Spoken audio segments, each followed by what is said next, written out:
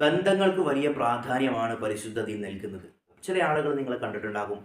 അവരുടെ ബന്ധങ്ങളുടെ വലയം വളരെ ചെറുതായിരിക്കും. ഏറ്റവും കൂടുതൽ അടുപ്പമുള്ള ഒന്നോ രണ്ടോ ആളുകൾ മാത്രം. നാട്ടിൽ അറിയുന്ന ആളുകൾ ആരുമില്ല. അവൻ ആരുടെ മകനാണെന്ന് പോലും പലർക്കും അറിയില്ല. ഇത്തരത്തിൽ വളരെ അന്തർമുഖമായി ഇൻട്രോവേർട്ടുകളായിട്ട് സാമൂഹ്യ ബന്ധമില്ലാത്ത ചില ആളുകൾ. എന്നാൽ ചില ആളുകളുണ്ടാകും അവരുടെ ബന്ധങ്ങളുടെ വലയം എന്ന് പറയുന്നത് വലുതായിരിക്കും. അവർ ആളുകളുടെ കാര്യങ്ങളിലൊക്കെ ഇടപെടും. പ്രശ്നങ്ങൾ വരുമ്പോൾ അതിനെ പരിഹരിക്കാൻ അവർ ഇടപെടും. ഇത്തരത്തിലുള്ള ആളുകളുണ്ടാകും. ഏതാണ് ഒരു വിശ്വാസിയെ സംബന്ധിച്ചിടത്തോളം അവന് അഭികാമ്യമായിട്ടുള്ളത്? ഒരു സ്വാർത്ഥമായ ജീവിതം പരിശുദ്ധ ദീൻ ഒരിക്കലും പ്രോത്സാഹിപ്പിച്ചിട്ടില്ല, മറിച്ച് നിരുത്സാഹപ്പെടുത്തുകയാണ് ചെയ്തിട്ടുള്ളത്. ആളുകൾക്കിടയിൽ ഇടപഴകുകയും അവരുടെ പ്രശ്നങ്ങൾക്കുള്ള പരിഹാരങ്ങൾ കാണുകയും അവരിൽ നിന്നുള്ള ബുദ്ധിമുട്ടുകളെ സഹിക്കുകയൊക്കെ ചെയ്യുക എന്നത് വിശ്വാസത്തിന്റെ ഭാഗമായിട്ട് പഠിപ്പിച്ചു തന്നിട്ടുണ്ട്. ഒരു വിശ്വാസി മറ്റൊരു വിശ്വാസിക്ക് കെട്ടിടം പോലെയാണ്. ഒരു ഭാഗത്തിന് കേടുപാട് വരുമ്പോൾ ആ കെട്ടിടത്തിന്റെ മറ്റൊരു ഭാഗത്തേക്കും അതിന്റെ പ്രയാസം വരും എന്ന് പറഞ്ഞതുപോലെയാണ് വിശ്വാസികൾ. അള്ളാഹു ഈമാനികമായ ബന്ധങ്ങൾ വർദ്ധിപ്പിക്കാൻ നമുക്ക് തൗഫീഖ് നൽകട്ടെ.